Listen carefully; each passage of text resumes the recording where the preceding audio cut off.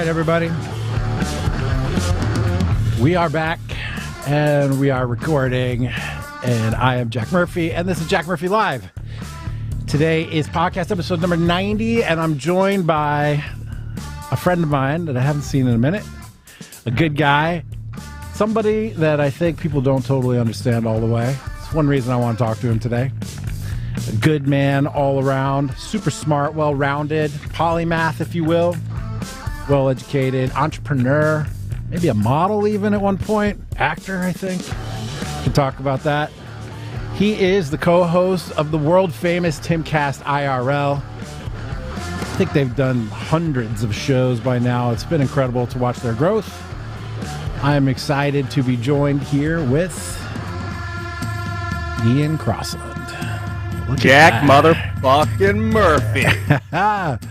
Ian, let's listen to the rest of the song here, dude. I had no idea how many times I was going to hear the song when I picked it.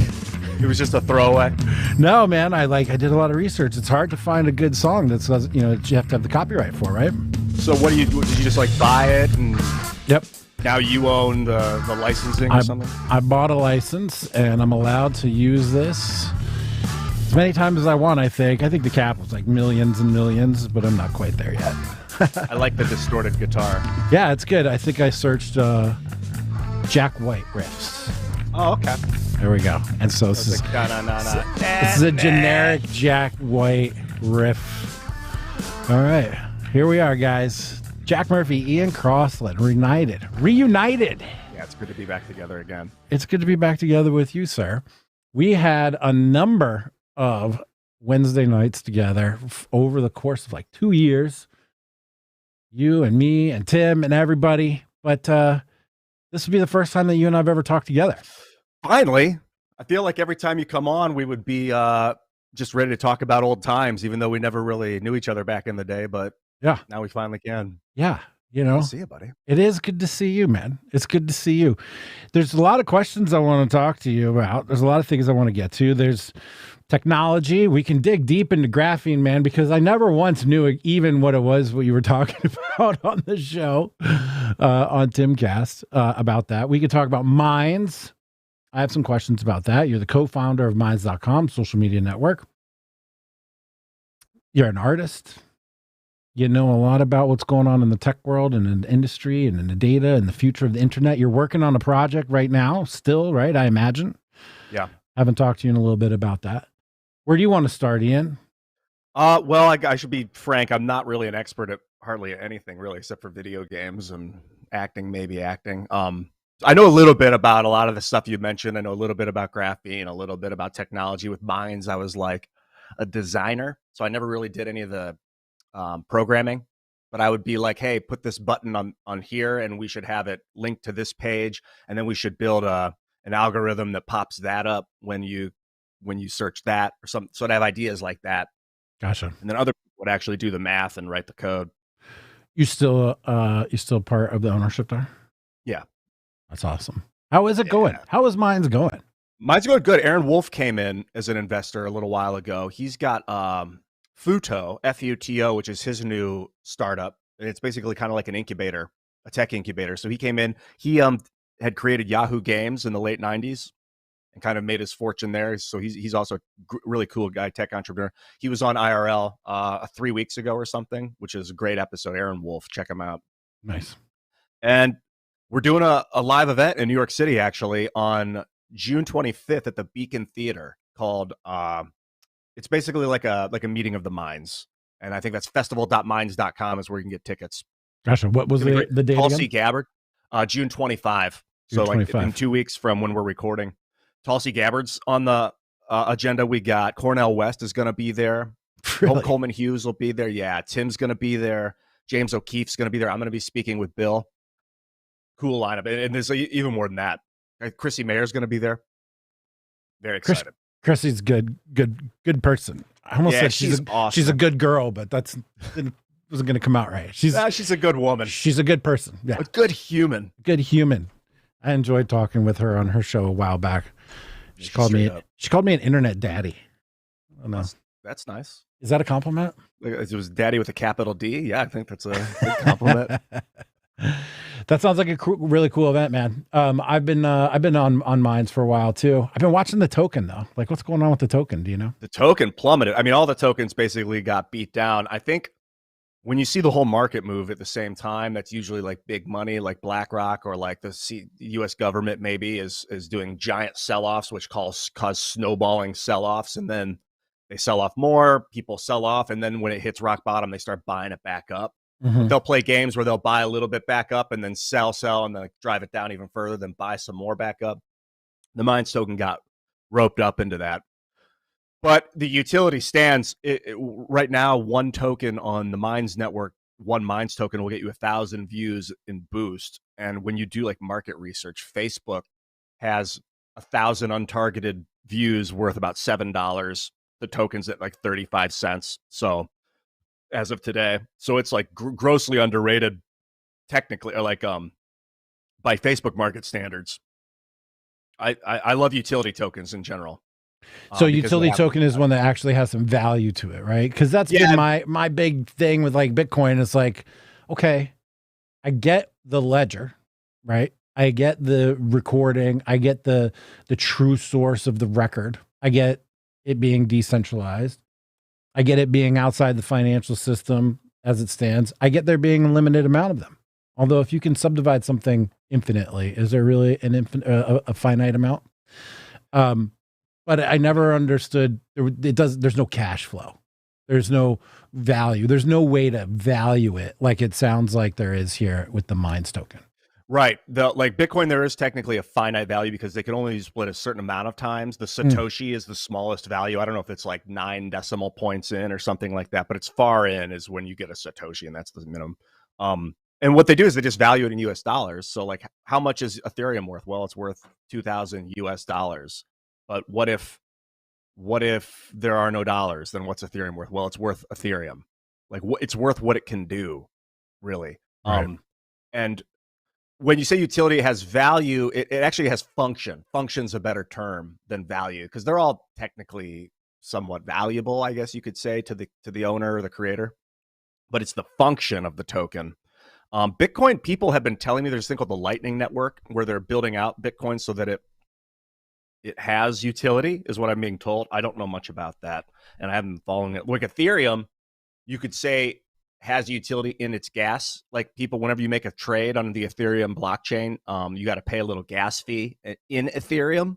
So Ethereum has that utility that it can be used, which is the term utilize, for to cover the gas fee. There's a embedded utility in the Ethereum token. But as far as I know, it doesn't have the same, like, one Ethereum gets you 1,000 views on, like, YouTube or anything like that yet. Right.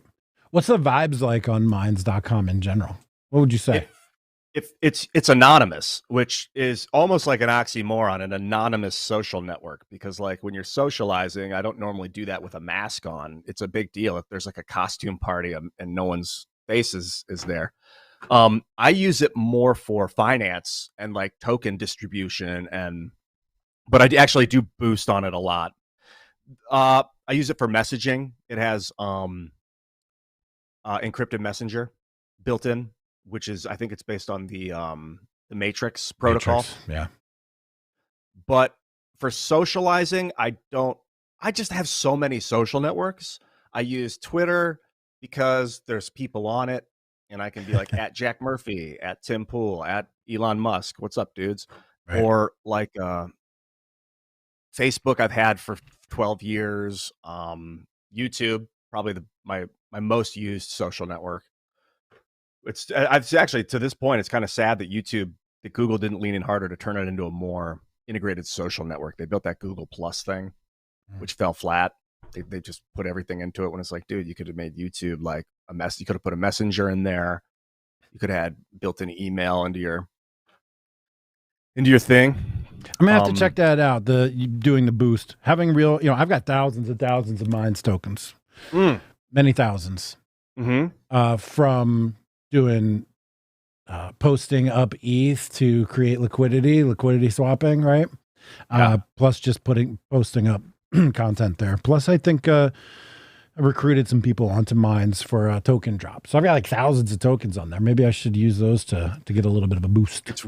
It's really rewarding to spend 5 tokens and get 1,000 views. When the token was worth like $4, I was like, well, here's $20 to get 1,000 views. Is this worth it, or should I hold the token? But then the token goes down to $1.80, and you're like, now the token's at 35 cents, and you're like, well, here's $1.20. But it's like so relative, because in 6 months it could be worth $9 again. You know, like, so like, Right. I don't know, what's the value of publicity?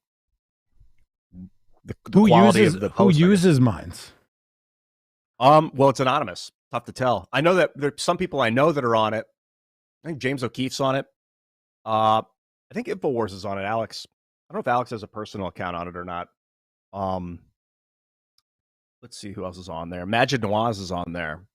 People that I think understand that talking about, you know, BlackRock or talking about like international banking cartel in general is kind of a risky navigation, and want to hedge their bets and make sure that if they get banned off of a network or blocked off of a network, that they still have access to some sort of, like, Bill's built it right now. The ethos is it's a free, Bill Ottman, the CEO and creator, is like, it's a free speech network, which I think of as kind of like a sort of platitude. Like, it's only as free as the owners want to have it at this moment. Like, if Bill were to sell the company and the new CEO is like, yeah, now it's locked down and I'm going to ban anyone I want, he could. But the real value is in the software code being free or copy left, so that if someone wants to take it and make their own version of Minds, they could. I think, honestly, the future is like interoperability between social networks. So like, if you had your own website, I have my own social network, you had your own, Minds was there, and we could all, like, people on my network could subscribe to people on your network. And if they tried to join your network, you could ban them off your network, but not off of my network. And they could still see, then you could build it so like they could see the activity on your network without interacting with it, if you wanted them not to be, kind of stuff. Is that what you're working on? I remember. Yeah, Tell me. Tell us about the project that you're working on. Right now, it's the name of it is still being decided on, but it's basically kind of like a front end application where you would download the software package and then install it, and it would give you like a dashboard, like the YouTube creator dashboard, where you could upload a video, for instance, or write an article, and then it would put it on a server of your choice, whether you want to host it locally, or you want to use Rumble, you want to use YouTube. You put the video up, and then you have like a paywall where if people download that application, and this is all copyleft software where you can inspect the code, you know, it's not spying on you and sending your data off. Is that like open source?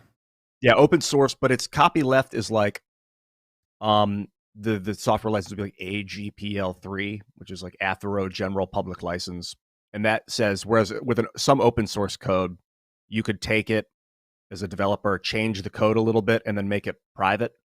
With copyleft, if you take it and change the code a little bit, all your changes remain copyleft, so it stays open. You can't close it.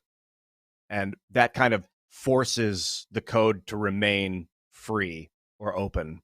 That's a Richard Stallman, I think, kind of developed the idea in the early 80s with the, I don't know what his company was called at the time. But it's very common for a big company to take a piece of open source software, get the best out of it, and then make it private, and then start adding onto it with private stuff. And they basically have abused the idea of open source, because they just took it and made it private. So you have this new license technique called copyleft that guarantees it's going to stay open no matter what. And that's how we're building it. And other people that have the software then would be able to subscribe to you. You set a paywall, so it's a lot like Patreon without a Patreon. There's no middleman taking 8% that might ban you off the network. Depending on where you host your stuff, you can still get banned, which is always going to be an issue. That's why we offer you the option, at least with our launch. You may not be able to host it locally. I think we're just going to have it on Rumble off the bat and YouTube, but eventually you'll be able to host it on your own site. Another problem that I think we haven't been able to solve yet is ISPs. Like, that's something that's like kind of out of the scope of what we're building right now. But like if Verizon's like, yeah, we don't want to let you have access to the internet, that's kind of that's out of my hands. Like I'm into mesh networking where our devices can communicate, like this Briar software called Briar, where our devices can communicate without an external service provider. I think that's kind of coming where like all of our devices will be meshed, like our phones and stuff. So they'll kind of have an intranet going on. One idea I've heard about avoiding that. You got to go to the ATM, take out some cash. You go down to Best Buy. You buy a prepaid phone card, a cheap throwaway internet phone, and a Raspberry Pi. And from there, you'll be able to access whatever you want out there and be on the internet and not have anybody know, not have to have an ISP, not have to have an account anywhere, or it can be a new account each time, burner. And this way you could set up a server on your Raspberry Pi and use the, Bluetooth connectivity and connect to the internet on a burner phone. And you could keep replacing the prepaid card. Interesting. Yeah. I mean, that's not something that your regular person is going to take advantage of. But so the cards, the prepaid cards aren't like Sprint or Verizon. They're just like, well, I think they have those, and they also, those companies also like sell off blocks to like third party companies, like Cricket, I think runs on T-Mobile or something. I don't know. That's probably wrong, but yeah, this is where I can reiterate, I'm not an expert. I do a lot of ideas. Sometimes the ideas have bad info in them, but I just like throwing stuff at a wall and then talking to the experts about how to make it real. Yeah. How long before you guys have like a viable product, do you think? 4 weeks from now. The problem, yeah, probably something like that. Dang. One issue I've had is it's still just like an open source project right now. There's no structure of a charity in place or anything like that. I haven't been paying anyone. Everyone's just working, volunteering. Mm-hmm. And so people are working at their own pace. So I'm in no position to dictate if and when something will happen, but it's very promising. Moves have been every week. Stuff's getting built. Stuff's getting refined. I actually have a meeting later today with a bunch of developers, and I'm going to touch base and see how close to what's called the MVP, which is the minimal viable product. Or minimum viable product. And once the MVP is met, we've actually spent the last 3 or 4 weeks deciding what is going to go in the MVP. What's the most absolute necessary things that need to be in there for a launch. And also, because it's open source, we don't need to worry too much about a launch. It's more about making the code available for everyone so that they can start contributing. So I think probably in the next 4 weeks. Congrats. I know you guys have been working on that for a while. Yeah, a year, almost 2 years. It'll be nice. Yeah. I'm excited to use it. It's going to be great. Is that your primary thing that you're doing besides 8 p.m. Monday through Friday? I mean, that's a big deal. That's a big job. Yeah, that, I've been spending more time with my parents. It's great. I've been dating pretty serious girlfriend for the first time in a long time. And it's really, really life-changing. And I've been reconnecting with my parents, which is like, it's been 15 years. Like when I started doing YouTube in 2006, I kind of, like I was telling you a little bit before the show, like I didn't understand discretion. I would just talk on it. I was like, honesty is the key. Everything, honesty all the time. I mean, you can look at my old Crossmack videos and it's just, I'm out of my gourd. And my parents were like, Ian, you are manic. This is not what is going on. I can't. And my mom would like walk out of the room and I'm like, she just doesn't understand Monsanto. She doesn't care about the pharmaceutical. I was all red pilled. And it took me over a decade to kind of smooth back into a balanced state of mind with this insane understanding of reality. So I've been reconnecting with them. That's really, really cool. How did you make that happen? Well, a big part of it was doing my best for myself because they would see me struggling. They saw that when I was getting red pilled, I guess you can call it 2006, 2007, I was losing my mind and I wasn't doing well. I was like an actor, but I was like, I can't keep prostituting myself is what it felt like saying I did like a Wendy's commercial. Like I would do these commercials where I'd be like, I don't care what's in this. It tastes good. And I'm like, I don't believe this stuff. but I'm saying it for money. I feel like a prostitute. And I had a hard time making money. Like my whole career path got derailed, or I derailed it because I wasn't happy, like doing something I didn't believe was right or good. And so they were like, they thought I was just done for. Like I thought I was done for. And then I just kind of, Mines was a slow grind in the beginning. There was no money. It was just, we were doing it because we wanted to do it. And then eventually I started making a little bit of money. Never really took a big paycheck or anything. And then started working with TIMCAST. And I think they started to see that, like, inflation, it's hard to ignore. But also they saw me doing well and we're like, okay, maybe he's not as crazy as we thought. We just don't quite understand what he's been saying. What do you mean when you said you thought you were done for? 2008, I was like, well, okay, if 9/11 really is not what we were told, like I would watch the buildings come down and I watched these architects and engineers be like, oh yeah, that's an indication of a free fall, which indicates a controlled demolition. I'm like, I am into science. I do not deny physics. Okay. And I'm listening to the physicists and the engineers talking about the physics of a free fall and building in free fall. I'm like, okay, maybe this isn't all I was told. I learned about Monsanto and glyphosate. I learned about the Federal Reserve and fractional reserve lending and like getting taken off the gold standard, all the stuff that I'd never learned about in school or was told about. And I started to lose my mind. And then I would look around and tell people, and they're like, what are you talking about? And I'm like, people don't understand, or they don't want to understand. I think we're doomed as a society. And I got to the point where I began to give up, like black pill, they call it. The red was so saturated that I started to lose hope. And I was like, I can't even be an actor ethically because they had me saying stuff I don't believe for money. And I was smoking too much weed for sure. And that contributed to the psychosis. And I went through a point where like, I didn't want to kill myself, but I kept saying I'm suicidal. I think I'm suicidal. And it was like a subtle thing. Like I would say it, but I didn't feel it. But I think that's people that are suicidal don't necessarily feel it. They just say it and then mechanically go through do it, you know? So I think I might have been on that path of antipathy. Antipathy, is that the right word? Apathy.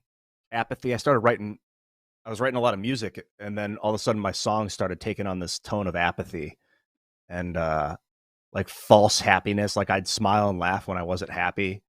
I was like, man, this is just a mess. I really thought we were doomed. And I thought, because what I was doing was I was trying to get through to everybody one by one. I was like, okay, I can do what Jesus did. What would Jesus do if he had this technology? He'd help people. He would heal, you see him go to the beggars and the poor and he'd help the person.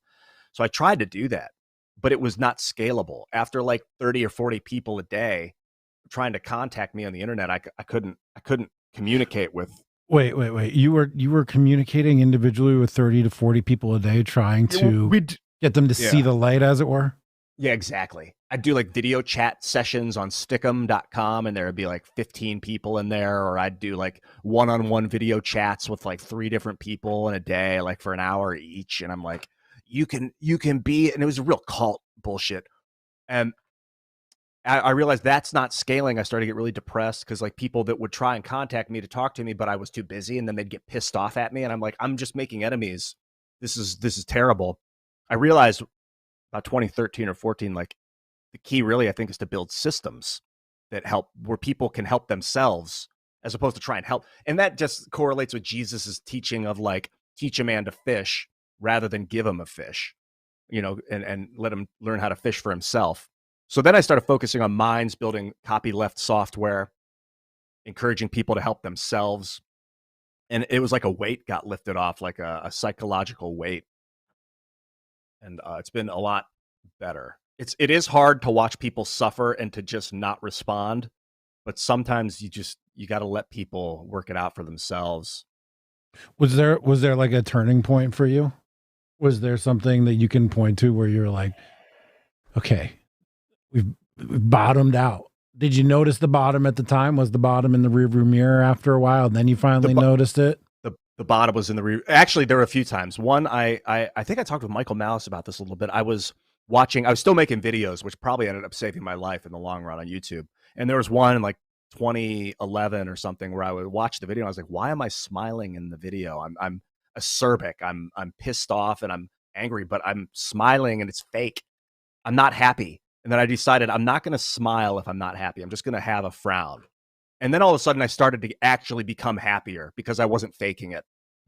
And then in 2016 or 17, I started getting into Rogan's show and listening. And it was like, I could do that. I could interview people. And he's intelligent. And he's like, Rogan helped me even when like on Fear Factor. I remember back in the day, like, you can do it. Like he'd give people the inspiration and the confidence. And it was like watching these people in their most state of fear, like horrific fear. And he'd give them the confidence to push through it. And it was like, I always admired that guy for that. And then his show kind of got me back in track. And it was Jordan Peterson. When I saw him come out in front of that school for that first video where he's talking to those college students and he's like trying to communicate with these angry kids. And he starts telling people like, clean up your own mess, clean up your own environment before you try to help other people. Take the plank, just like another Jesus thing. Take the plank out of your own eye before you try to take the speck of dust out of your friend's eye. Take care of yourself first. I realized like, yeah, I have a lot of work to do on myself. It's not going to accidentally fix itself. And I started to cut the weed out. Actually, I cut way back on weed. To be honest, that's a big part of it. I think. Like I went like a year without weed, and I think I realized that life's not so bad. I don't have to get high to enjoy it. I've quit smoking weed recently and maybe like 4 or 5 months ago, and not like, hey, I'm going to quit smoking weed now. I just kind of stopped because it just wasn't making me feel good. It was like increasing my sense of anxiety, and it wasn't relaxing and it wasn't fun.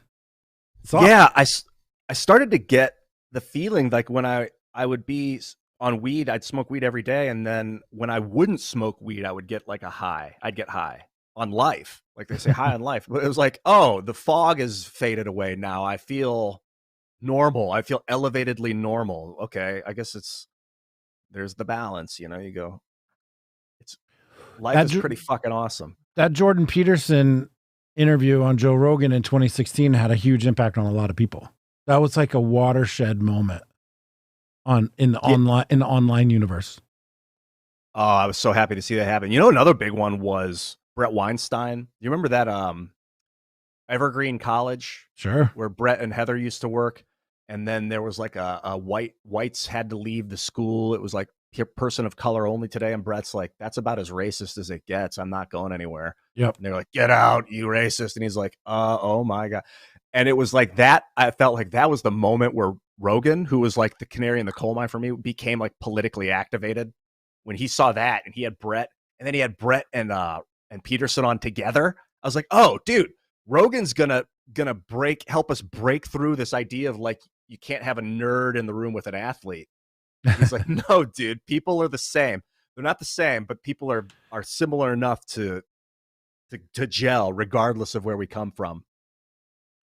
Joe Rogan, I engaged and interacted with Joe Rogan back in the early 2000s on MMA.tv. It was a mixed martial arts forum that helped it came out of this one forum called submissionfighting.com. And it helped actually keep MMA alive during what's called the dark ages, when it was banned off of TV. Right. So that like, there was like 18 or 20 UFC events that just were completely not even on pay-per-view. They were nowhere. And then around the 30s, I think around 35 or something, it came back on pay-per-view. But in that interim time, Joe Rogan was very, very active on MMA.tv. And that forum is where I met Joe Rogan, but we didn't, we never met in person. But I met other people on that forum that I'm still friends with today, whose like weddings I was in and stuff. It's where I learned about Bitcoin in 2011. I learned about all kinds of stuff. That was like one of the premier, amazing gold mine universes on the internet from a while back. But it's interesting to me that you had such a moment with the Jordan Peterson in the 2016 and he was talking about compelled speech laws in Canada around the trans pronouns and stuff.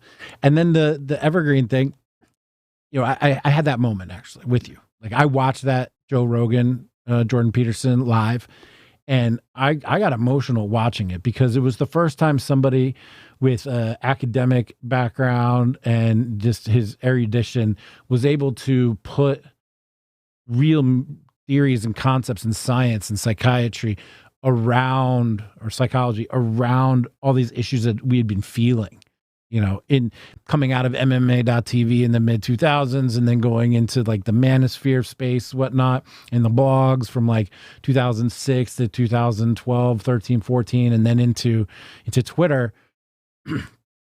We all felt it. We all wrote about it. We were talking about all these issues, but he came and put it in context, in like biblical context, in like historical context. And that was a huge moment. I'm glad to hear that it had some impact on you too. Yeah, man. It was amazing how he like reached me in my darkest. It wasn't the darkest moment, but it was like his something reached down and pulled me out of the quicksand. Pretty empowering. I don't want to give him too much credit because he's just a guy doing what, you know, his ancestors taught him to do, but right. God worked through him, if there's such a thing. Interesting. Where are you on that? With God? Yeah.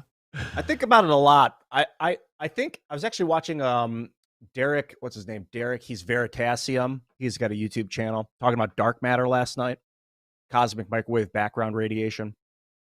I was thinking about like plasma clouds, and like there's this stuff in the middle of plasma clouds called plasmon, which is like this, apparently light bounces off of the center of a cloud of plasma, off of the plasmon, and causes it to like behave. And I wonder if there's information in the light that's feeding the plasma and giving it coherence or something. I don't ever see, I've never seen evidence for what is causing it. But there does seem to be some sort of, if not intelligence, I guess I said before, coherence in nature. Doesn't mean that it's not all just predetermined patterns, but I don't know. It would be silly to discount it. Also, like, I feel like I need some LSD for this conversation, to really feel like, is talking about God is like you feel it when you're talking about it. Can the logical mind even begin to break it down? I want to do it with my logic, right, without being like the cult leader that's like, listen to me, I sense God. Like, yeah, it's been done. Right. Let's give some factual basis or some evidence. But I think the cosmic microwave background radiation is some interesting evidence for like an electromagnetic field that's interacting with matter as we know it, which might be what we consider to be God. I also think about like if we're in a black hole, which is inside of another universe that's a black hole. Like there's this theory that that the universe is a black hole, that the human consciousness itself is God for the black hole that it's feeding into, or something like that, or feeding out to. I mean, if infinity is infinity, it's infinity that way big and infinity small, right, this way. So who is to say what's half the way to infinity in that direction in terms of size, right? Yeah, and small. Right, because it might be, we think of it as like big and small, but it might actually also be cycling around on itself infinitely. So as the smaller it gets, comes back to being the biggest, to the smallest, to the biggest, and in both directions at once. So it's getting bigger, and then it becomes again smaller, and but that's even linear. Like it doesn't have to be like a two-dimensional. It could be like this, I don't know what the right word is, fluxing helix of shape and size. I haven't been able to come to any conclusion except to say that I have moved way far away from cringy atheist phase of my, late teens, early 20s. Me too. I was I would say an agnostic when I was 16, 17, but I would always be like, well, if there's no proof, then I can't say it's real. And I'd be like, therefore, I'm the one that's right here at the table because I know that you can't know. And but I never really said I was an atheist. In the early days, I think I thought I was an atheist, but then I realized pretty quick that I didn't know. Right. I didn't have any evidence, so I didn't know how to know. Right. Maybe there's epiphanies around me all the time and I'm just not seeing them, but I'm open. Yeah. I've prayed. Yeah. I've prayed for an epiphany. I've prayed for it many times, countless times, hundreds of times. And what happened? Haven't had one yet. I wish I could say. I'm envious of people who have that belief. Do you fast? I have plenty. I found that fasting, because what I'll do is I'll ask God a question, but I don't know if it's God or if it's just my subconscious, filtered through my body. And I'll be like, what should I do? And before I even finish asking the question, it responds with an image of me eating a sandwich. I'll have an image of me typing, and I'll be like, it wants me to write the book. And I don't even have to finish asking the question because it knows what I'm going to ask because I know what I'm going to ask. And it doesn't respond with words like, you should go write the book, Ian. I get a visual of what the answer is. It's like an impulse. And I could see if I'm not focused that I might ignore the response. But then I don't know if it's subconscious or God. It's probably God. I mean, it's probably something big. To think that we have all the data now that we have lasers is fucking insane. I mean, there's probably some truth to that. There's also the perspective of from coaching, personal coaching perspective. Coaches know that their job is really just to get you to speak the truth you already know, right? If your question is, do you want to write the book, and you're praying and meditating, you already know what the answer is. You already know what to do. A lot of it, so much of it is working yourself through fear, insecurity, doubt. It's permission. It's getting permission. And the answers are generally already inside of you about what to do and where to go, Yeah, for sure. For sure. It reminds me about what I know I need to do. It is kind of like a coach, like a spirit coach. Maybe that's God's main purpose, is to function as a spirit coach for us. If I've moved off of the cringy atheist into perhaps agnostic, and then from there into I'm ready and waiting for any kind of signal you can give me, I think I could probably slide into the deist spot at this point, right? Obviously a creator. There's a creator of some kind, obviously. But then after all that, I don't know. So I'm making my way down a path. You can go from, you get to the point where you're like, okay, there's a creator. I suppose then it's just a few more steps down the path towards you can also then receive the code and the word and put your belief into action in that regard. What I don't like is organized religion.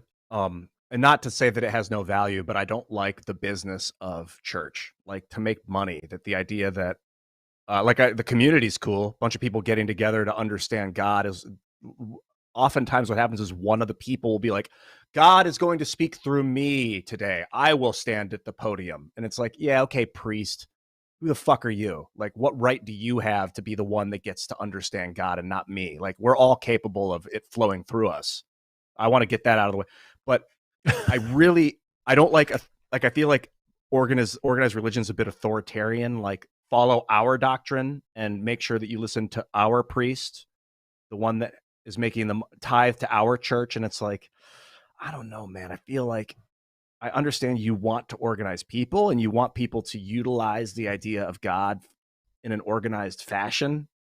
Otherwise you have chaos. But I'm very, I don't know what the right word is, but wary of people trying to make a buck off of God and religion. And the fucking Catholic Church is one of the oldest. It's Roman. They call it Roman Catholic. It's the Roman Empire. Basically the empire part of it fell apart. So they made the Roman Catholic Church to stay in power. and you've got these old Roman bishops and stuff that became the new authority throughout France, and they couldn't conquer England because it was too far away, but they sure could get their ideology in there. And also the Holy Roman Empire. I feel like a lot of this stuff where they talk about racism and all this, like the patriarchy, is really just like the Roman Empire. It's the bits and pieces left over from the Romans, the white male trying to establish dominance by telling you God is a he, God is a man. And it's like, I see what you're doing. Well, it is true that the Roman society was based around the family unit, of which the father was the leader and in charge of making all the decisions, and the one who voted for the household. So that in terms of like patriarchy, I mean, that's legit. You can even somebody like me who's anti-woke as it comes and who doesn't like feminism or identity politics or changing philosophy to go to using the plane of identity as the plane of meaning. I'm all that, but I can still be like, yeah, dude, the vestiges of the Roman societal organization are alive and well in our society, where the father's in charge of the family unit is one, he votes, he controls all the stuff. I mean, yeah, no doubt. That's well documented. People who deny that are full shit. Exactly. You were talking about the founding fathers, it basically being like a white, puritanical, I don't know if you said slave state, but you were saying that they were like, it was about white. And you might have even mentioned like text referencing that they were talking about it being about the white man. Was it? Can you explain that a little bit? Because I remember you talking about that. Sure. I mean, in the Federalist Papers, John Jay is very clear in saying that the American people are brought together by language, culture, race, history, blood, war. They weren't talking about African people. They weren't talking about Asian people. They weren't talking about Mediterranean people. They're loosely talking about, Northern Europeans, English, Scottish, some Irish, I suppose, later, but mostly the English. And even the 1790 Naturalization and Immigration Act says right in there that they are seeking good white men of European of good character. So, I mean, you can point to those parts of history where it's very clear. It's just like written right there. But yet I don't think it's any fault of them, right? Like, I don't think that was a bad thing. It's like they all got together. They came over here. They built a country. They lived together. They built it out. They fought the wars. They spoke the same languages, and then they made a country. Like, okay, that's pretty fucking normal. Language is a big part of it. If you don't speak the same language as someone, good luck. And I think back then race was more tied to culture. Whereas like if your ancestors were from Nigeria, for instance, then you had a Nigerian culture. But now maybe your ancestors are from Nigeria and mine are from Ireland, but we're both American. So like, I think it's the other way around. Same culture. I think it's the other way around. So? I think race was very much race, but the culture came from the race. They were all, it was one. Race and culture, I don't think were even separable. No, that's what I mean. Yeah, so like, but today they are for sure. Yeah. So where people are like, it's if you don't respect my ancient heritage, then you're being racist. But it's like, well, we're the same. Now we're both American, and like we speak the same language and we understand, reality kind of the same. It doesn't matter where our lineage was. Back then, your lineage indicated what your beliefs were a lot more directly. Now it's like there's this very loose association. Seems like, yeah. It's a relatively loose association. It's a tough one relative to what it used to be. It's a tough one in the sense that, look, I think it's possible to assimilate. I think it's possible to assimilate wherever you want to go, right? But it takes time and it takes energy and it takes a commitment and it takes a willingness. And at some point it takes an acceptance by the host culture, right? To say that you're in. But, in America, if you believe in baseball and apple pie and the 4th of July and, our myths and our heroes and our founding myths and George Washington and the monuments and all the things, if you believe in those and you live it, that's going to be what the definition of being an American should be. But if you come to America and you're like, fuck this place, fuck everything about it, fuck your founding fathers, fuck your myths, fuck your national heroes, fuck your apple pie, and fuck your baseball, well then, I don't know. Do you get, is that even being an American? No, it's not. This is a good. I guess right around when I was getting black pilled, I was telling you 2007 red pilled. I was like, yeah, fuck America, fuck all this propaganda. Like what it's whatever we want it to be. It's and I was really into the postmodernist thing. I feel almost partly responsible for inspiring the youth in 2006 to become postmodernist. Like there were 12-year-olds watching my videos, and I was like, reality is whatever you believe it is. Perception is reality. I'm creating this with my own thoughts. Like I was totally losing it, because although those things might be true, it's also true that there's an objective state of reality that you're embedded in, and you have to also adhere to. Like your perception is definitely influencing it, but it is influencing your perception, and you're not just get to decide what else is happening other than you. Like that stuff's going on with or without you. And the same with the United States. It's an objective state. Like the Constitution, I've become much more impressed and thankful for the U.S. Constitution. I always knew it was good, but now I'm like, it's so easy. Psychedelics have been illegal for so long. This is a bit of a tangent, but like I think if people were all tripping on psychedelics, they'd realize a lot more the value of structured text, because it's easy to lose your mind when psychedelics are involved. And these guys, they knew this country was based on hemp. You had to write it down. You had to create like an external objective state that people can kind of rally around. That's not a person, not a monarch. I still get a little turned off by like the streets being named Washington and Lincoln, Roosevelt. Like it does seem kind of fascist or at least nationalist. And I have mixed feelings on nationalism. I think the US Constitution's legit. I'd love to see the globe adopt it in its own way. And like to create one language. But the problem is I used to be like, we need one language, we need English, and that'll unify the globe. But like English can be co-opted. They can tell you now that the word race means something that it different than what it meant 20 years ago. So if there's only one language, and then Merriam-Webster wants to change the way that language works. I mean, we've seen that in our lifetime, dude. Like even just a banal example of literally. The word literally now means figuratively. They changed the meaning because people just like that's nuts. willed it into change. Now, I think I might have been more anti-nationalist than I am now.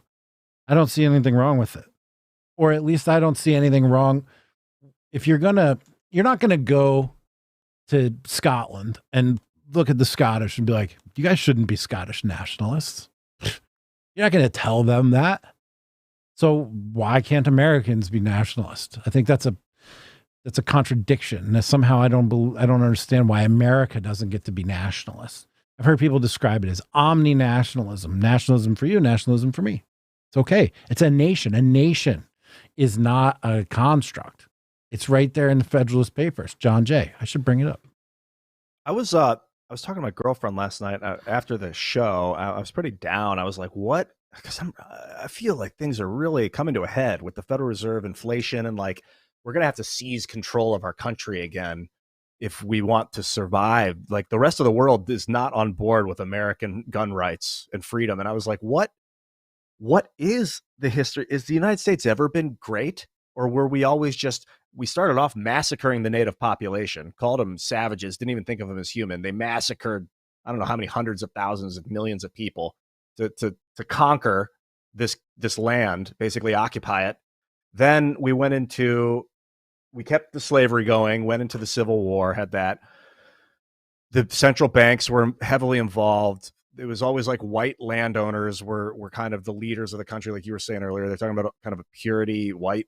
Then you start to see the occupation of the Pacific Islands, like Hawaii and Guam and things like that, where it's just like European conquest of the Pacific Islands, India, South Africa, and then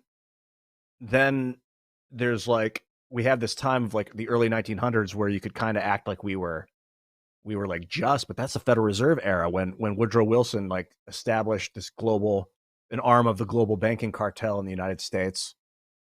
And then that leads me to Vietnam and Iraq and Afghanistan. Like, were we ever the good guys? And she was like, it's just a place where we have really cool gun rights. And I thought, well, and you can insult your neighbor and they don't have vindictive recourse if you're allowed to insult each other. I think that life is harsh and shitty all over the place. And I think what you just outlined, I mean, yeah, there's so many mistakes. Yeah, like Vietnam, Korea, Iraq, Afghanistan, so many mistakes, so many problems, but life is harsh. It is what it is. Life is about conquering and conquest. Life is about moving into different lands. Life is about having people try to take yours. Happen everywhere all the time. So we're not different in that regard. Here's John Jay in The Federalist. Providence has been pleased to give this one connected country to one united people, a people descended from the same ancestors. There you go. Speaking the same language, professing the same religion, attached to the same principles of government, very similar in their manners and customs, and who by their joint counsels, arms, and efforts, fighting side by side throughout a long and bloody war, have nobly established their general liberty and independence. Americans are a band of brethren united to each other by the strongest ties. Same religion. Oh, yeah. That was what was Protestantism at the time? Yeah. Vast majority. So much so that George Washington went out of his way to write a letter to a Hebrew congregation and be like, it's cool that you're here. It's fine. We welcome you. But he wouldn't have had to do that if it wasn't an exception, right? I mean, America was like 90% Christian and white up until like 1962 or 3. Interesting. 90%. Did they always call it a melting pot, or is that more recent? That is a discussion that I can't speak to with too much certainty, but there are both sides. I think people today will say there's some on the right that'll say that that's a crock of shit. There's people on the left that say that use it as a way to just push more immigration. The truth of the matter is that it was white until the 60s, 90%, which blows my mind. I live in Washington, D.C. They call it affectionately Chocolate City. It's not a slur. People here call it Chocolate City. It was 50, 60, more than that percent African-American forever until just recently, I believe. So for me to think of a country where it's 90% white, that blows my mind. It just does just not jive with my perception of reality. I wonder if they landed, they had the 13 colonies, it was still not huge, and they were like the white puritanical society. Then they conquered or bought the rest of the country, and they had all this land, and they're like, we need to populate. So they started having immigrants come in. Is that like the Ellis Island thing? Maybe, I don't know when they started that, if that was in the early days before the Louisiana Purchase, the gold rush. All of the immigration up until 1960s led to a state in which America was 90% white. And of course, the definition of white there includes Irish, Italian, probably Greek even. Yeah. I interviewed a guy in my book, Democrats are Deplorable, who came over in the 60s. And he said that they were asked, what are you, black or white? And they put down white. So the Greeks are included in there, Northern Europeans of all kinds. But 90% white. Whatever the immigration was up until then was 90% white. And I've heard that. Oh, what's that? They would say that the Irish weren't white. People considered them different or something, like a different race. Is that right? African or like Greeks too, and things like that. I think so. I mean, the definition of white has changed. I'll get some shit from people for saying that. I remember once I tweeted out, "I'm not even white. I'm Irish." And all the groypers and all the wignats freaked out on that. Yeah, I mean, look, the Irish and the English, they're still at war basically. Dude, I was just listening to U2 War. You know the album? It's U2 is one of their best albums. Yeah, sure. The Refugee, that song, The Refugee. Yeah. Oh, it's a great song. My voice cracked so hard. They were talking about the Irish Revolution, basically. Is that what you would call it? The IRA, the car bombs. I mean, it was just hell on earth for him, for Bono and those guys growing up, I think, in Ireland. And they're talking about the greatness of America and fleeing to America and getting out of. That was like in the 80s, dude. Yeah, so like to the extent that race is going to unify people, if the Irish and the English have been fighting each other for 6, 7, 800 years or whatever it is, race doesn't have too much to do with it. Right. I think it's language more than anything. Well, even then, well, that's like imperialism. Like British Crown wants to rule over Ireland, and Ireland's like, fuck off. Or a bunch of them are like, no, we're our own country. And British are like, we're going to use whatever methodologies and tactics we can. Like racism, it's a very convenient thing to use when you want something. I'm not saying that slavery wasn't real. I find that to be more like the slavery conversation is interesting because, like, American slavery, for instance, those people came from, a lot of those people were brought from Africa. So that was their skin color was the color of the people from the place where the slaves were brought. They weren't slaves because their skin color. They just happened to be, that's where the slave trade was coming out of. And so as a result, I think people are like, it's because of my skin, but it's like, well, no, it's because those people harvested humans from Africa. If they'd done it from Australia, then it would be like the Australians would be. But I guess the skin tone is more challenging to, like you were saying, Irish people to blend in because you don't see it with your eyes necessarily. If the skin tone is similar, you'd have to kind of investigate to find out where the ancestry comes from. I'm sure there was othering done in order to justify people in their own mind about how you have slaves, right? You can't tell yourself that they're equal as you own them. Yeah. But again, slavery all over the place. The thing that I've learned about American history is that the white nationalists on the right, sometimes they have like actual arguments. You go back to the Constitution and it says like, we created this country for us and our posterity, which are our children. And then you've got the Federalist Papers talking about how we're descended from the same race and have the same language and we're the same people and whatnot. And if they want to make an argument that says the country was founded for a bunch of white people, they really can. I mean, it's like, it's in the literature. And like the 1619 people are retarded in the way that they go about it and their ideas and whatnot. But like, look, if somebody, like we said earlier, if somebody wants to say that the, American society at least was patriarchal, well, they're right. And if they want to say that it was created by white people for white people, and especially for white Christians, they were right. Now, this is the nuance that gets lost in all these conversations is then, well, what do you do about it today? Right. And then the world changed in the 60s, and between feminism, the change in the immigration mix, that took us from being 90% white in the 60s to now on pace to have a white minority in America. These things have happened. It's all changed. I credit television in a lot of ways because when you're able to watch someone, like before 1920, you would hear about someone of a different race and you just have ideas about who they were, but and maybe you never even saw somebody from a different race because you lived in Alabama or something. After 1950, either you have a TV in your house, you can watch a show with someone of a different race and realize they're just like me. Like maybe there's some cultural difference, but it's like that could be me in a different body doing that.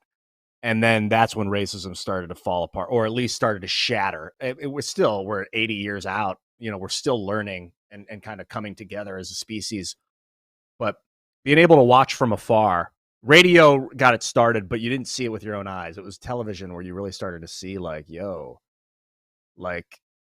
Jerry, what's that guy's name? The Rat Pack, Sammy Davis Jr. Like that dude's a fucking badass. Like he's awesome. And so you think TV brought us closer together, and it's really easy to argue that the internet breaking us apart, right? I think it naturally brings us together, but people can be abused with the software, with the technology. Like just the ability to have a video chat with Vladimir Putin or the premier of any given country without Secret Service, like just flip on a Skype chat and now there's Vladimir Putin and Joe Biden having a conversation. No Secret Service. Took them a minute. They're both in their bedrooms in their pajamas. That's groundbreakingly awesome to bring us together as a species. But I've kind of learned, and what I think is that there are actually forces that are trying to disrupt that because they want an authoritarian control. I'm talking about like the World Economic Forum, mega corporations like BlackRock, Vanguard, and State Street. And I'm using very vague terms when I'm talking about these corporations, which they're megacorps. They're not they're a completely different entity than a corporation. These things megacorps. They need a new name. That this is a conspiracy theory because I can't prove what other people want, but it seems like there's resistance and that there are people happy to see us fighting because the American gun rights make it impossible to conquer this country. I mean, they would rather see us fight each other, and I don't like saying they because I'm like creating some obscure villain that can't even point at. But it feels like if nature were to take its course, that we'd be coming together right now and seeing each other's eyes instead of skin color, or in addition to skin color, like seeing the humanity and the consciousness. We're all I used to say we're all the same, but it's a platitude. We're different. We're all different, but we're all so similar. We are. We're both. What is it like for you? I mean, okay, let me ask you. Voting Republican these days? Are you on the right side of American politics at this time? If so, what is it like for you to find yourself in that position, given what sounds to me like a lifetime of some pretty hippy-dippy leftist out there shit? Yeah, when I was young. No offense. Hey, man, thanks for the honesty. I need it. I liked, what's that Texan guy with the big ears? I want to show you I want to show you like 1988. He ran against Clinton and Bush. Oh, Ross Perot. Yeah, Ross Perot. I was a big Ross Perot fan. I liked his straightforward style of communication. And I was like, Dad, vote for Ross Perot. I was like 9 or whatever, however old I was. Was that 92 or 88? I think that was both, I think, didn't he? And he was like, I'm going to vote for Clinton. I was like, So I was like, okay, but I like Ross Perot. I like the straightforward, no nonsense communication guy. I really don't care about the politics. I want to know the truth, or at least, and I want to see honesty. And then 2002 happened. The vote was what, 51-49? Yeah, fucking right. You think these votes are come out 51-49 on accident? And then I see dudes like testifying in Congress that they built software that flips votes 51-49. Okay, I'm disenfranchised with it. Obama comes in. I'm like, maybe this guy actually is going to do something. He wants to change the society. He knows the Federal Reserve's busted. I'll support Obama. I made a YouTube video 2006 saying, Barack, you're going to win and you're going to run 2 terms. Like, I was just manifesting reality. I was saying, this is going to happen. And then it would happen. I'd see it happen because people would believe it. They'd subconsciously start working to also make it happen because they believed it was going to happen. And then Obama, I basically left him out to dry. Once he got into office, I was like, good, he's going to fix it all. I can sit back and smoke weed. And then he just got the Federal Reserve. He got co-opted by big business. He was like, if I try and make a move, I'm going to get killed. I can't. He needed a revolution, and he wasn't going to stop it. That was Obama's power. He would have sat by and let us revolt and let us change the government. Whereas some idiot authoritarian would have been like, no, we got to stop the revolution. They're dangerous. Obama was on board. He just couldn't do it himself. So he just got played and co-opted. And then I got totally disenfranchised with politics after that and started focusing on systems and the private sector. In 2016, I couldn't, after Hillary's emails dropped and I started reading about Sidney Blumenthal sending her emails and getting her to go to war with Libya to get his company Osprey Global Solutions set up as a defense contract in Libya. I'm like, this is fucking disgusting. I cannot vote for that. And I can't stand Donald Trump. He's such a dick. I can't vote for him. I can't. So I voted for Jill Stein. I'm like, yeah, they would call it a throwaway vote, but I'm not voting for those 2 guys. Then 2020 came around. I moved states. So it was hard to vote. My mail-in ballot got mailed to the wrong house. And I was like, you know what? I'm not going to vote for when Bernie Sanders got snowballed again by the media. Like, he was the front runner. Then all of a sudden they just shuffled him under the rug and Joe Biden appeared out of nowhere. I was like, I'm not voting for that. Donald, I still think he's a dick. Like, I like, just personally, I was like, he's been agitating people, and we need like a moral leader. We need someone like, yeah, you need good policy, but you need someone to give confidence and to bring people together psychologically you're kind of a figurehead. You want to put people at ease and make people comfortable. And that wasn't his style. He was like, no, we're going to fire all the idiots, including all you idiots over there. And people are like, Oh, you're insulting me. I don't want to be insulted. So I didn't vote in 2020, but I did make videos talking about voting vote for your conscience and do it. Like do the right thing. And I was very vocal about Biden's, dementia, whatever looked like dementia.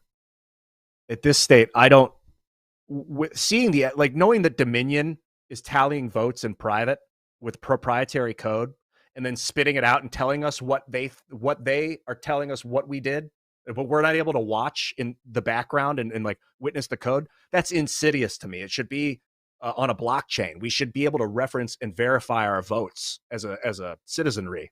But some private company, no, I don't trust it. We need a trustless system where we don't need to trust a corporation to tally our votes in private.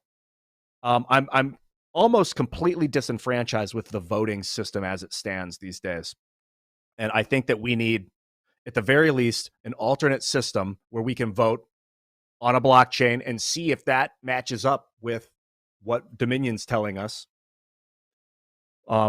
Because vote, as you see, maybe you saw in San Francisco, they just voted out a DA.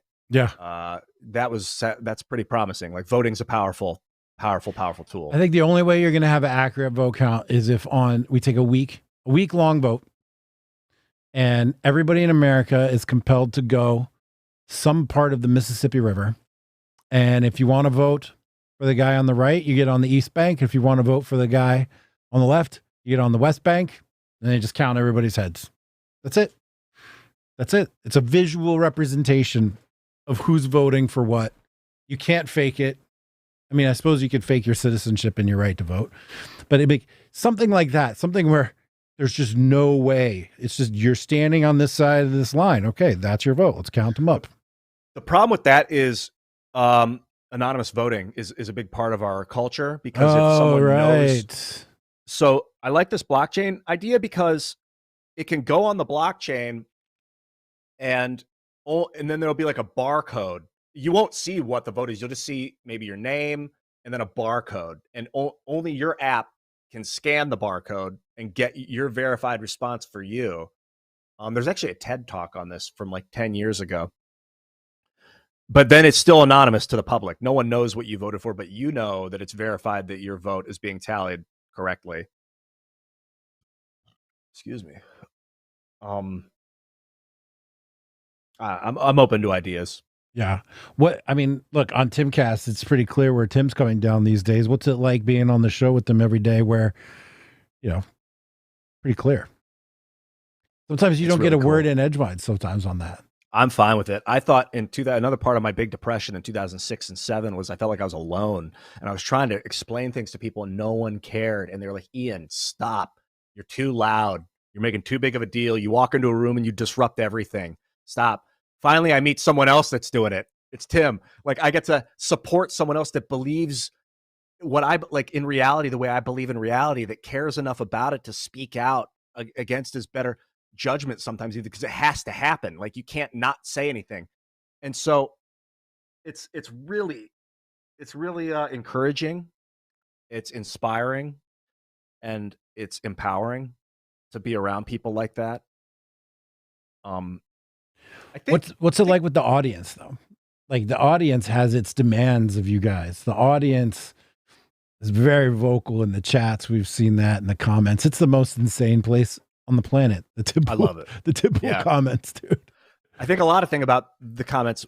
One is it's fantastic technology that they can interact. Like you watch Tucker Carlson or like MSNBC, it's a one-way conversation. The feedback's not really there. So the audience is like, they might have the TV on, they might be hearing it, but they may or may not be listening.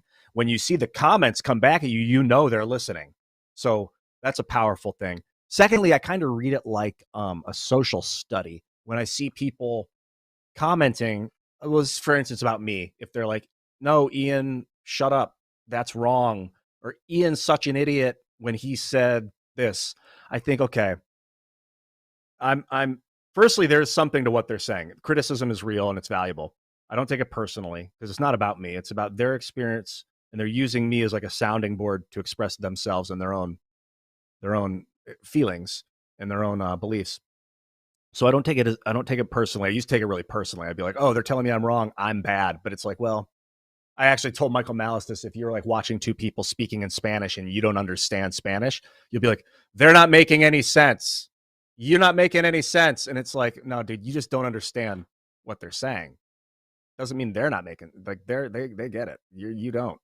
So I think sometimes when people don't understand me, that's what's happening. How did you get to that point, man? Because I mean, for maybe some people who don't know, I mean, TIMCAST has got to be like one of the biggest media productions in the country, period, right?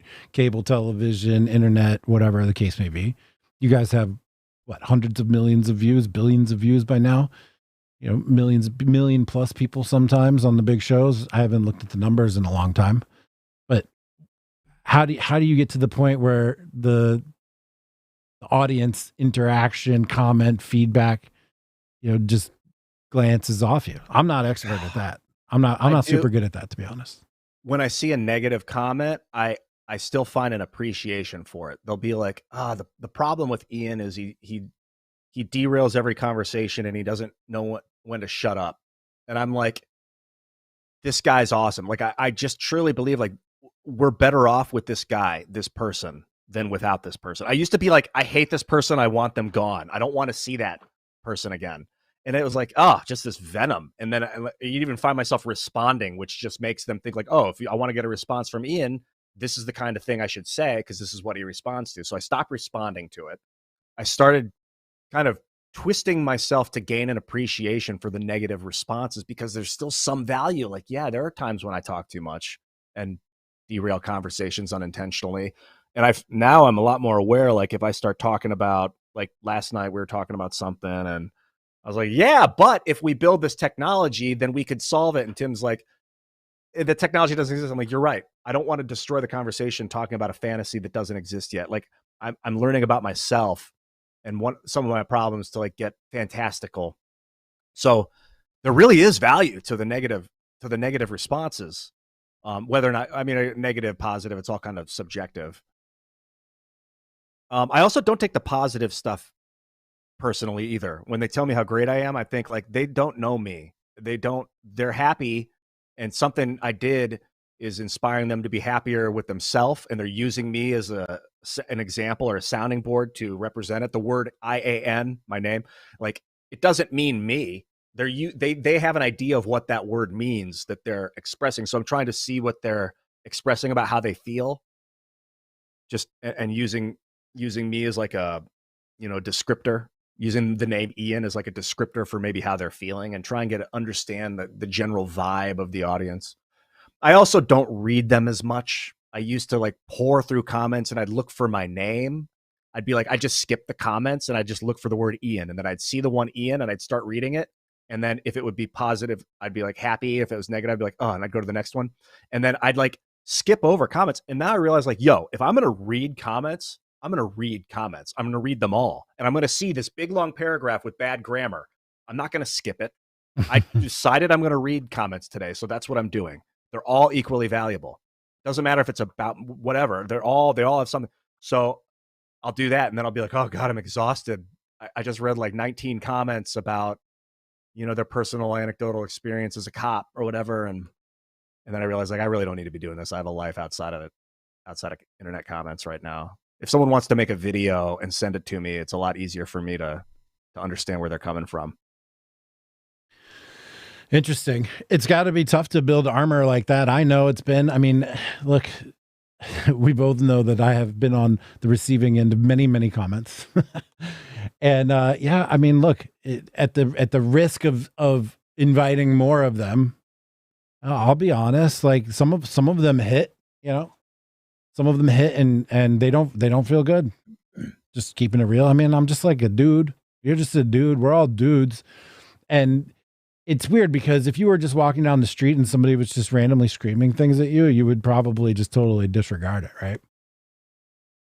Like, that's weird. Yeah, I would, yeah. Especially living in the city. Like if someone's like, hey, I just keep walking. I don't even look at them. Because if you look at them, they might not have been talking to you. Now they are. Right. But on the internet, it's like, it's direct. It's at you. It's at your name. They're talking to you and they have some idea of who you are in their head, or they've created some idea of who you are in their head and they're addressing that and they're speaking to that. I actually just muted a conversation earlier on Twitter that had my name tagged in it. I found that, and I justified it because I was like, they're not talking to me. They're talking about me. It's a different kind of thing. I'm not really interested in reading what people think about me. If someone's telling me something directly, I'm not going to mute them. But if I'm like, okay, you sent me the same bullshit insult 4 times, 3 times, it's usually like 3 strikes and you're out. If you just use social media to send me negative abusive hate or whatever, I'm going to try and just move it aside so that I can still use social media, not get distracted by it. But for the most part, I want to at least acknowledge that people are feeling a certain way. But like you said, dude, it causes psychological damage. It's part of why I started falling apart in 2007. Those years were really formative for me and became like near suicidal because it was like I wanted to acknowledge and take these people seriously. But it's like people working out their own shit. Hurtful people that are hurting or stressed, and they see like an easy target. It's like when you lay on the ground and a dog walks over to you and just starts dominating you because you're laying flat on the ground. It's instinct. It's not that the dog is bad or mean. It's like that's the dog's. And I think humans have that similar kind of instinct. If they sense vulnerability, like if they're in an animalistic place or something, that they might grab it because it's sort of empowering. It's something I can do that has some sort of impact. And I don't know. What have you been like? It's not ignoring it. Ignorance is bliss, they say. I guess sometimes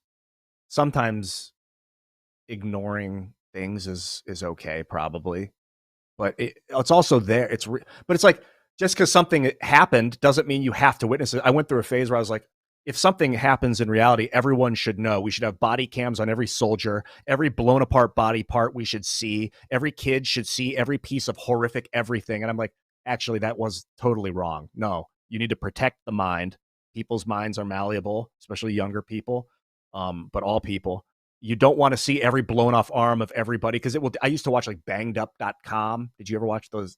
Whereas like someone would die, just videos of people dying or like getting cut up or whatever. And this like the vicious, horrible, violent defecation, all that crap. And I was like, if it's real, then I should witness it. Otherwise, I'm weak. I need to know what's happening. But like, you could always do more horrible things. And like, if you're watching horrible things all the time, you're probably going to become a horrible thing. So in that sense, ignorance, refined or condoned ignorance is a powerful methodology. I think you hit on something very important there.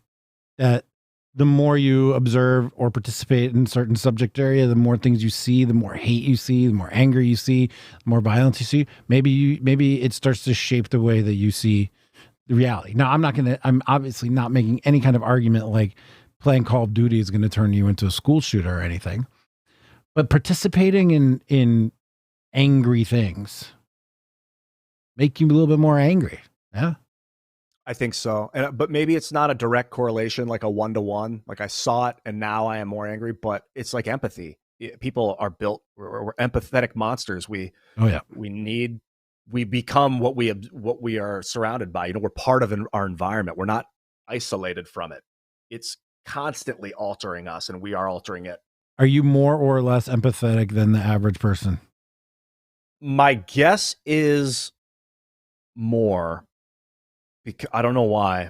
My mom crafted me to be like, I would come home crying like in 4th grade because a kid pushed me. They told me that Santa Claus wasn't real, or sorry, spoiler alert, sorry, but like, and I'm like, I thought, and it's like, kids are gonna be mean to you, but it's okay. Still respond to them, be nice. Then I was really young. She would tell me, be nice to them even if they're mean to you. Sometimes they have hard lives. They don't know why they're being mean. And I understood like it's not because of me that was I didn't learn that until I was in my 20s, really, that it's not because of me why people are reacting the way they're reacting. Don't take anything personally. But it's tough. I would guess more empathetic, but it's like I can't really confidently make that call because I don't know everybody. I just sense them. I feel it. I feel things. Yeah. That's what I'm saying.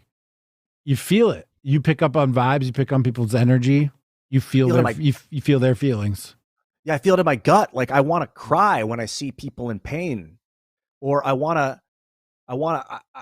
get so excited when I see people succeeding that I need to tone it down. I need to like squeeze the adrenal glands so that they don't fire on all cylinders as that person's running, or like speaking and like saying the real thing. I've got to kind of control my mirror neurons or whatever the hell's going on.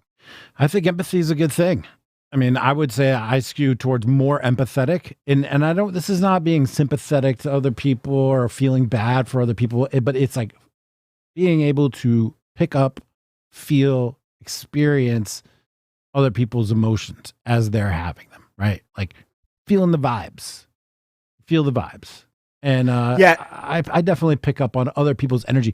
I can see mild changes in respiration.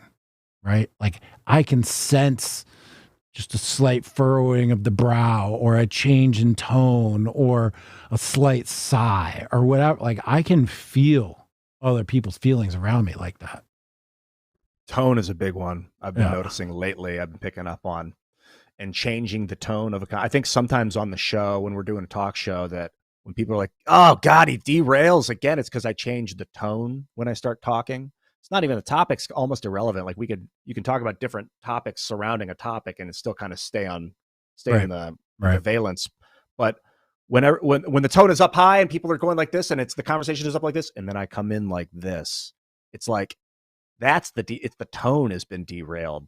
Tone is a big one, but I try not to let myself become co-opted by the enemy's tone. I mean, not the enemy, but like in a conversation, I do think of things as a game and as like like the counterpart. Me and you right now, you're not my enemy, but you're the counterparty to what I am. And I would prefer that I'm not piggybacking on your energy, that we each have our own unique energy that's kind of creating a third thing that we don't perceive, another energy source, as opposed to just like jumping in and like blandly having the same energy.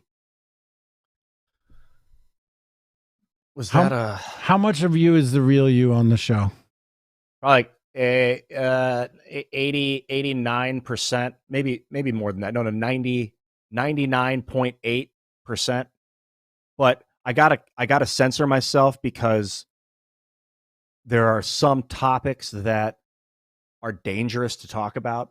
Like if the founding fathers were out going to King George's court and telling them everything they would talk about in the mead halls or whatever, they would get together in the coffee shops and like talk about how to change it and create a new government. If they went to King George and they were like, hey, we have this idea, we're going to change and become independent, King George would have had them all executed. So like, I really do want to alter the system and create a peaceful revolution, economic revolution. And if I deliver everything out, but it's also like discretion that I am discreet. So maybe it's me. Maybe that is just who I am. But it's like a censor. It's on TV, so you got to kind of censor yourself. I love calling internet TV. It tweaks some people out, but it's not like it's not radio. It's television is not telephone. It's television, like what we're doing. Right. I don't know. I like the visual element makes it a lot different. Yeah. Like you were saying, you can read visual cues like eyebrows. This thing, you see this line right here on my head? Yeah. I noticed this a lot, the furrowed brow syndrome, I call it. Tucker does it sometimes. So it'll be like this. Well, what about something? And you can tell a lot, like the frontal lobe is overactive and it pushes this. I'm always like, yo, relax that line thing here. That's a big... It's kind of one of the value. I gotta stop looking at myself on camera. All right, people are watching. People are gonna watch this. Yeah. You're not relax. Relax your. What's this? Do you know what this area is called? No. Yeah, relax it though. Whatever it's called. You can get Botox for that. No, I'm gonna do it naturally. Fasting, pee and poop. When you got to pee and poop, that helps you calm down. Oh, that's such a big deal. Yeah. That's not talked about enough. In modern society, we should peeing at appropriate when you gotta listening to your body, listening to your cues. I mean, look, listening to the internal messages that you get. It's a big deal. Yeah. And it goes back also to thinking that we already have the answers inside of us, right? I think if you just take a minute, and I'm talking to myself even with this right now, if you just take a minute and listen to your deepest thoughts, you'll find the answers. And then you'll take action. You got to find that energy to take action. Your story isn't go ahead. Oh, my deepest thought is I got to pee. But have you ever noticed I went through this phase where I was like, okay, if I ever have to pee or poop, I'll pee or poop. But then I found like I'd be in a conversation and I'd have to pee a little bit. And I'd be like, well, I don't want to let it sit in me. So I'd be like, I got to go pee. And they'll be like, okay. Like we're in the middle of a conversation. And then I leave. And when I come back, the conversation's done. It's like changed. They're not even in the room anymore. I'm like, well, maybe every time I have to pee or poop is not the end. It's like there is some. Ian, you're derailing the conversation. Yeah, what have I done? With your pee and poo talk. Yeah. Your story is interesting and inspiring to me, and I hope that it's inspiring to other people too, because people go through ups and downs, man, and you get to points at which you find yourself desperate or dark. There's despair. If you spend so much time on the internet, you spend so much time following all this stuff, and look, I'm guilty of it too. You follow people because they give you an emotional charge, whether it's anger or something positive, but generally seems to be on social media that anger sells much better. And then you just start you get it kind of addicted to it, And I think it's easy for there to be people who are feeling very depressed and down about things. Have you been outside much? Do you go outside a lot? Yeah, all the time. I row on the Potomac River a couple times a week. And I walk. I have like a 4.5 mile hike that I can take from my house into a national park, up and down a hill, down along a creek, and then back to my house. And I do that a couple times a week as well. There's this neuroscientist, Andrew Huberman. He's been on Rogan he's got a podcast too, Huberman Labs. I think Huberman Lab on Twitter. He's really, really genius guy. And he was saying that humans need to watch the horizon. Well, not need to, but have this immense benefit from like every day or something. Just look into the horizon for 15 minutes. And it is specific, I think 15 minutes, because something about the depth perception helps your mind rewire or clear. So he'd be able to explain it way better than I am. But basically get back to kind of stable fluidity. Yeah. Well, and that I've noticed views that are important. Views, like long range. I've been looking at property in West Virginia and Virginia, and long range views. That's a selling point. So you can sit on your property and stare off at the horizon in the distance. And I know for sure that it gives me a calming sense. Same thing when you go to the beach.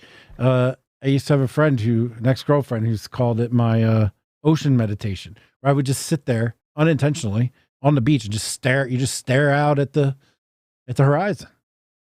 That's and it so it certainly gives you perspective. And yeah, I used to do that in Venice a lot. In Venice, California. Venice, California. Yeah. It gives you a physiological change as well. Yeah, I was in LA. Oh, what's that? Oh, I was on living in Venice Beach for a little while, and I took LSD one night at like 3 a.m. I was like, well, I'll just take a little bit of LSD and go to bed. That's not how LSD works, if you've ever taken LSD. So I was laying in bed, and it was like 5 a.m. I was like, the walls are breathing. They're pulsing in and out. And I was like, oh, wait, no, I'm breathing. I'm pulsing in and out, and everything around me, I'm just seeing it through my own lens of pulsing. So it looks like, okay, when they think the walls are, they're moving. And so everything else looks like it's moving. So then I got up and rode my bike to the beach, and I was like, started doing sun salutations, this like yogic exercise. All of a sudden I was watching the surfers, and like, the sun started to rise. It was early morning. So the sun was behind me, and it was hitting the water, and the water looked platinum. And I just started doing this. I was stretching, doing regular stretching. And then all of a sudden I started doing this, my arms are going up and out and up. And I was like, oh, this is what they call a sun salutation. I didn't like go there with the intention to do it. I was just stretching. And I thought, man, it's like a natural flow of it. It's not like you have to do it now there. It's like, this is if you let yourself be natural with the flow of the waves and the rise of the sun. It's kind of just a thing that happens. And I started to understand like the history of yoga and how they probably just did that on the beach in India or wherever over time. And That was a really cool experience. I've done many, probably thousands of sun salutations. Love yoga. I used to do it So quite a fun. bit for years. Gotten away from it. It was, it was easy when I lived in the hip neighborhood right next to the Whole Foods and the yoga studio. You could just walk there in 10 seconds. There's certainly benefits to living in a city like that. And man, every morning I used to go 7 a.m. Are you any specific diet you've been doing lately? Diet? I've been doing the Fedor Emelianenko diet. Just kidding. Oh. If you know, it's a joke. If you know old MMA figure Fedor, he's a guy. He's like 6'2", never cut for a fight, never came in with a six-pack, but he kicked everybody's ass, and he was been widely considered the best MMA fighter of all time. I usually lean out really hard in the summer, but this summer I'm just kind of rolling with it. I've been rowing and focused more on my cardio. I'm trying to do a race this summer with my daughter in a boat, in a 2-person boat. Oh, nice. Sculling. And so I've just been eating and rowing. But if I were dialed in, which I'm not, unfortunately, I guess, whatever decision, low carb, high protein, not no carb, but low. I've been really into kimchi. Have you ever had that? I have. I'd never had it until about a year or 8 months ago. I love it. Man, vinegar I'm a big fan of, but just straight up cabbage, dog. Maybe some garlic in that. Spicy, right? The last one I had was mild, and I can go either way. Spicy can be good with a little bit of crushed red pepper in there, maybe. But just like even the mild stuff, man, it's a little tangy. After you get like 4 or 5 bites, it starts to bite you. Like it will grab your tongue and just burn the fuck out. But if you power through it, you don't need to eat a lot of it at once. Yeah. I don't stop myself from eating it, but I don't seek it out as much. I get a lot of my protein from lentils these days. I'll do like a sweet potato, carrot, lentil, tomato stew, and then put like green vegetables in it. I'm laughing because don't you have like 100 buckets of lentils in your basement? Sure, you know me so well. Yeah, the red ones. Red lentils will kind of goo. If you boil them for 20 minutes or 25 minutes, they'll turn into a goo, which makes for a better like a base for a stew. I like to eat my meat. Dude, your beard's looking fresh, bro. I just got a cut today. I've been thinking about cutting it off. Well, just completely? Yeah. It's been 13 years now. You do look good without it. Oh, wow. That I saw a picture of you without one it. picture. It looked like you look like a different person. Yeah. But I was younger then for sure. But been thinking about cutting it off. It's funny. People think I dye my beard. It's like, no. Why? It just started coming in gray, and it's creeping more and more. I see pictures where it's like it just started here, and then it's just growing and growing and growing. And I wish I could say that all publicity is good publicity, but the beard got memed hard, and I see the beard all over the internet now. People using it, I think, who don't even know who I am or why or anything, and it's so distinguished. No, not the word. Distinctive. I mean, it may be distinguished, but distinctive. That dude, I get recognized everywhere I go. Like, I'm at fucking Home Depot. I'm walking down the street in any city that I go to. I'm on the airplane. I'm in the airport. I'm anywhere. I'm at my kids' baseball games. Like, the beard really, stands out. And sometimes I just want to go somewhere without having the internet follow me. You know what I mean? Yeah, it's interesting to be noticed out and about. That's something I've been experiencing lately. That's pretty cool. It's pretty interesting. I guess that's the thing. Being famous isn't like a goal in of itself. It's like, why are you famous? Like you were saying, like I used to think I just want to be famous so that I can fill in the blank, tell people how to heal themselves or whatever. And I realized, like, no, if I become famous because of bullshit, then bullshit artists follow me. If I become famous because I did some good thing that I believe in, then the people that follow me tend to be people that believe in themselves or believe in me. And but you didn't set out to get famous. I didn't set out to get famous either. I did, actually. Oh, you in did? 2000, I was an actor in 2000. I was going to be a neurosurgeon was my original goal. Like in 6th, 7th, 8th grade, I was like, I'll be a doctor because what do? I want to be rich. I want to help people. I'll be a doctor. Then I thought, I think I can help more people as an actor in this modern society. I see these like Bono went out and got debt forgiven to an African nation, hundreds of millions of dollars in debt forgiven. I was like, he's an artist. I could do that. So I thought I just need to get famous. I need to just shoehorn the system and get as famous as I can, as fast as I can. So I was kind of a bullshit artist in 2006. And that led to a lot of my misery is I would just like I would call people out. I would put other people down if I thought they were weak to make myself look better, to get more views.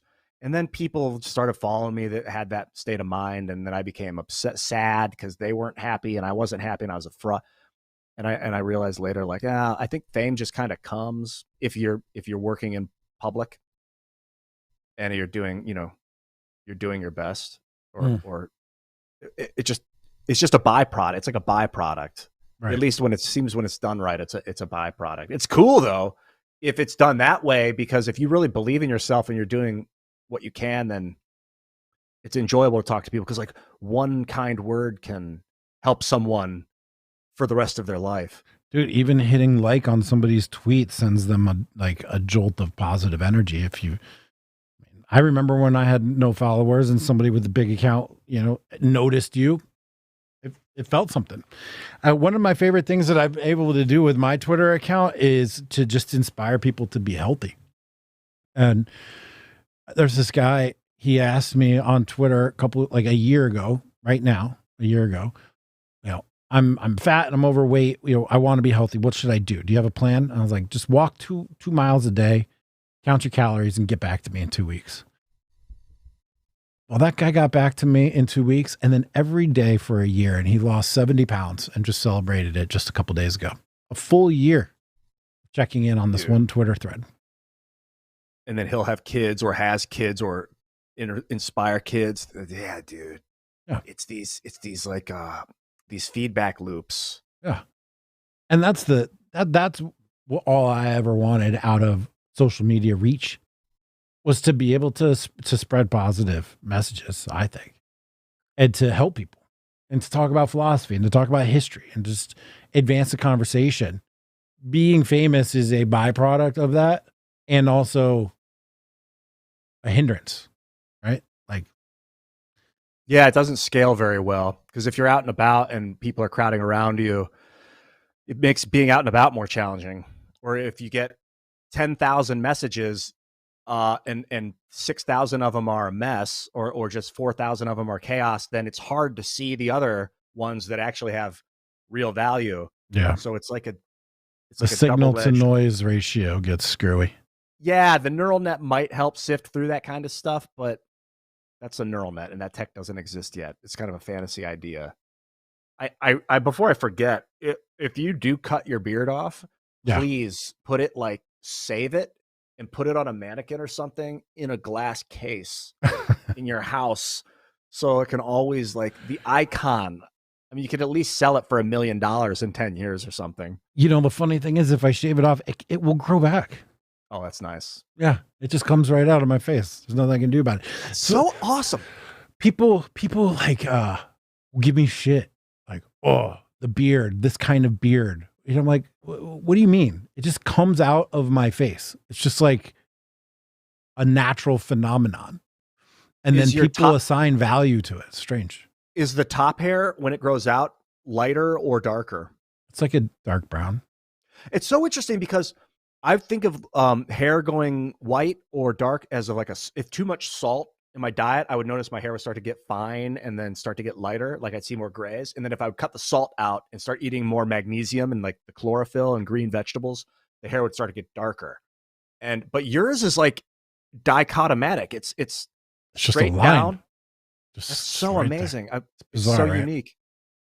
There's got to be a reason for it. Who knows?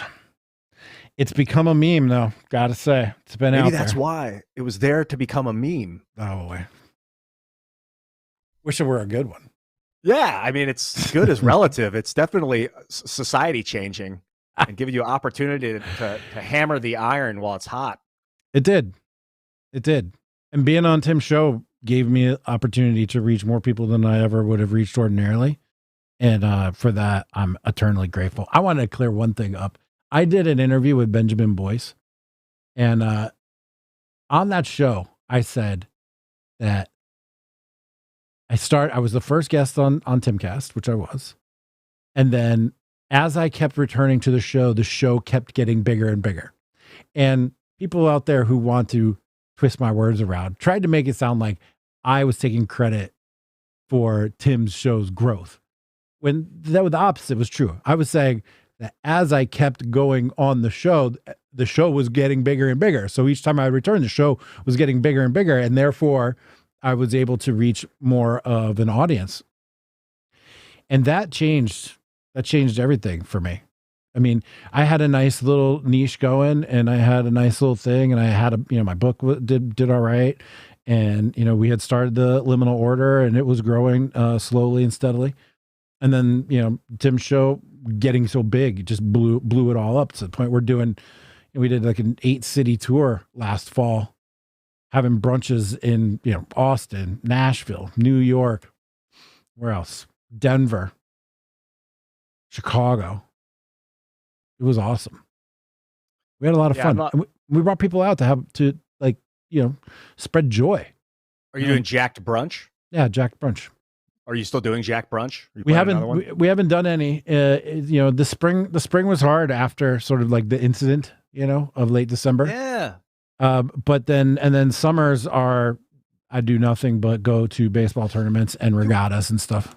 What gets me about the incident is this is the thing about TV and this medium is how things are perceived out of proportion. Like, one conversation will be viewed 100 million times, so it feels like they had the conversation 100 million times, but they only had the conversation once. Right. And how things can, it's really weird to be on both sides of it, to see something and you're like Johnny Depp, Amber Heard, like, oh, it's such a big deal. But to them, it's just like, I don't know, it's done. Like, we did it, it's over. Like, let's do what else? I got to get up in an hour and like, what's for lunch today, But I guess there's probably a reason for the disproportionality and for the perception of small events that are blown up on mass media.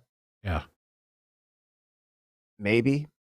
I tend to think of things as like structural, like from the outside perspective, looking down at patterns. And I think, I think that I feel like there's a whole other conversation. I actually have a meeting at 4, and it's 4. I was planning. Do you want to talk about the incident another time? Yeah, we should. All right, let's do it. Because I want to talk about like forgiveness. I think this is a big part of it, is like people like Alex Jones after that Sandy Hook thing, like road to redemption. It's a big conversation in media, and like, okay, there were 3 tiers about, is like, one is like being honest about your past straight up, but also being discreet about your past. Cause like, I'm not going to tell everyone about every poop I took. That's gross. Right. But the other thing is just like owning all the bullshit I did in my past. Like, if I'm able to deal with it, then other people seem to respect that in me. Well, buddy, hit your meeting. Yeah, I got to do. We're doing a tech meeting. We did 20 minutes pre-show, an hour and 45 minutes after we started to hit record. Could do this all the time, man. We could do it again, buddy. Let's do it again. Let's do it. Definitely. There's a lot to uncover there with that one. Yeah, it's fun. You had an interesting seat for that. You're like front row, but not involved. I was on Christmas vacation. I was like relaxed. I was like, what is this fucking bullshit? God damn it. I wish I was here hanging out with you guys, talking all about it with everybody. Right. Ian Crossland, iancrossland.net. Good buddy, good friend, smart guy, wide-ranging interests. Follow him on Twitter. Sign up for all his stuff. There we go. Ian Crossland, iancrossland.net. Oh, thanks. You're welcome. Ian, thank you very much, man. I appreciate it. Yeah, thanks, Jack. I've had to pee for like 30 minutes, so I'm going to go relieve myself. That's why we started talking about that, obviously. Yeah. All right, brother. I talk to you soon. I'll see you soon, Ian. Adios, amigo. All right. Bye, bud. Bye. All right, guys. That was it. at least part one of a conversation with Ian Crossland, co-host of TIMCAST IRL. Great guy, good friend. It's nice to give him a chance to run there for, instead of having to participate and share in a conversation with 4 or 5 people on TIMCAST. It's good to talk to him. Guys, follow me on Twitter at Jack Murphy Live. Sign up for the Liminal Order mailing list. It's liminal-order.com. Brotherhood, masculinity, and sovereignty. That's what we're all about. And stay tuned. We got a lot of new shows coming up. We've got the author of Deep Nutrition coming up. We've got a Russia analyst, David Goldman, coming up. We've got Mark Lobliner, the IFBB Pro bodybuilder, and coming up, creator of the Outright Bar. We got a whole bunch of things coming up. So Jack Murphy Live, stay tuned. Subscribe wherever you are listening to this, and we will see you soon.